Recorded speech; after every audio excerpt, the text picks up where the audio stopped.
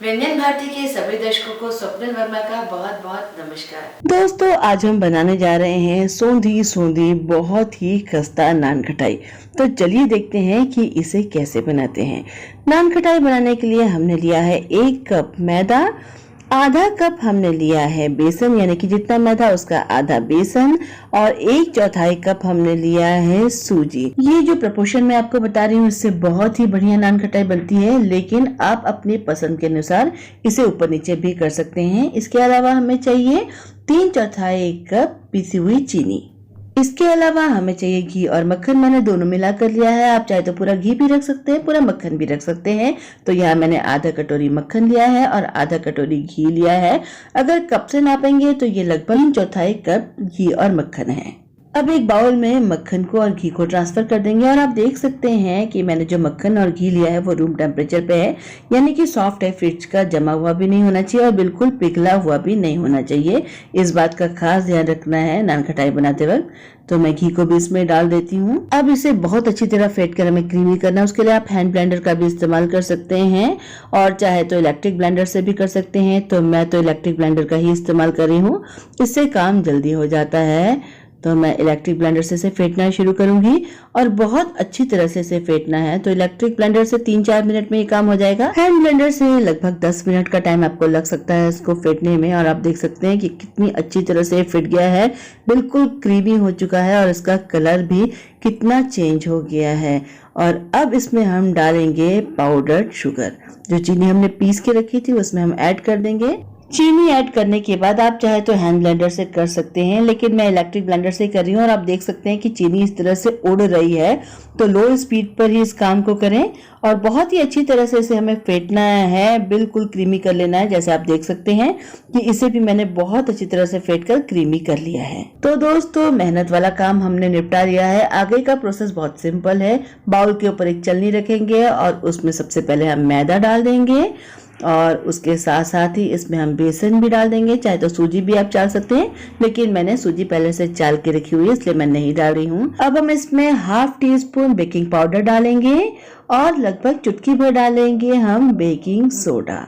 सभी सामग्री को एक साथ हम चाल लेंगे। तो ये तो भाई हो चुका है। इसके बाद मैं इसमें डालूंगी सूजी और 1 चम्मच इलायची का पाउडर, जिससे बहुत अच्छा फ्लेवर आएगा।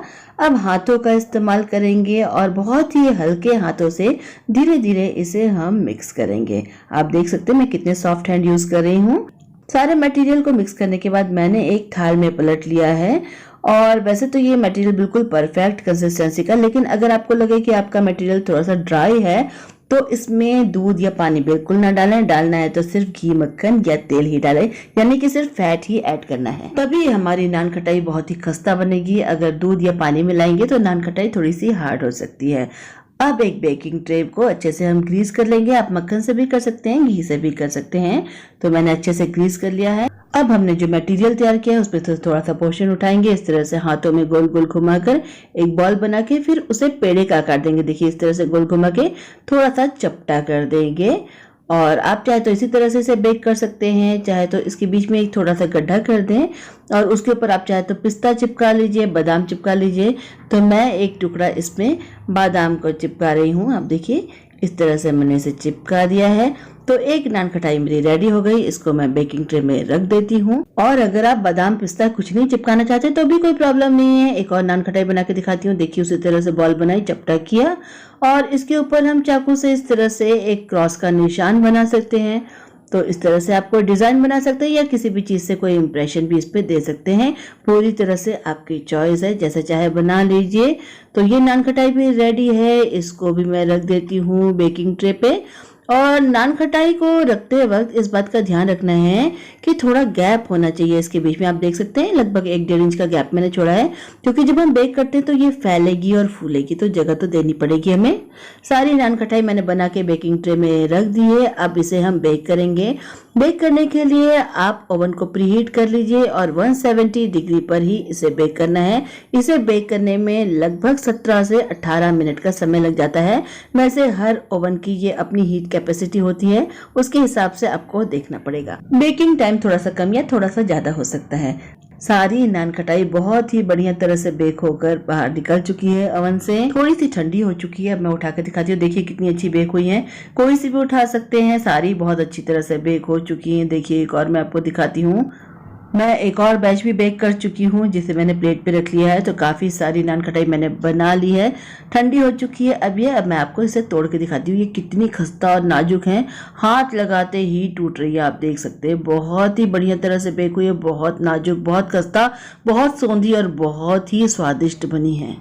तो दोस्तों आप देख सकते हैं कि कितनी आसानी से घर में कितनी बढ़िया नान खटाई बनकर तैयार हो जाती है, वो भी कुछ ही देर में। तो लीजिए हमारी खस्ता खस्ता टेस्टी टेस्टी नान खटाई बिल्कुल तैयार है। तो आप भी इसे अपने घर में बनाइए, खुद भी खाइए, सबको खिलाइए और तारीफ पाइए। दोस्तों उम्मीद करती हूँ कि आपने हमारा आज का एपिसोड देखा होगा और आप सभी को हमारी रेसिपी पसंद आई होगी। अगर आपको हमारी रेसिपीज पसंद आ रही हैं तो आप हमारे चैनल व्यंजन भारती को लाइक करें, शेयर करें और इसे सब्सक्राइब करें। और सब्सक्राइब का बटन हिट करते वक्त बेल आइकन को भी जरूर हिट करें, जिससे कि हमारी सभी रेसिपीज की सूचना आपको समय से मिल सके। अगली कड़ी में एक नए व्यंजन के साथ फिर से मुलाकात होगी। नमस्कार।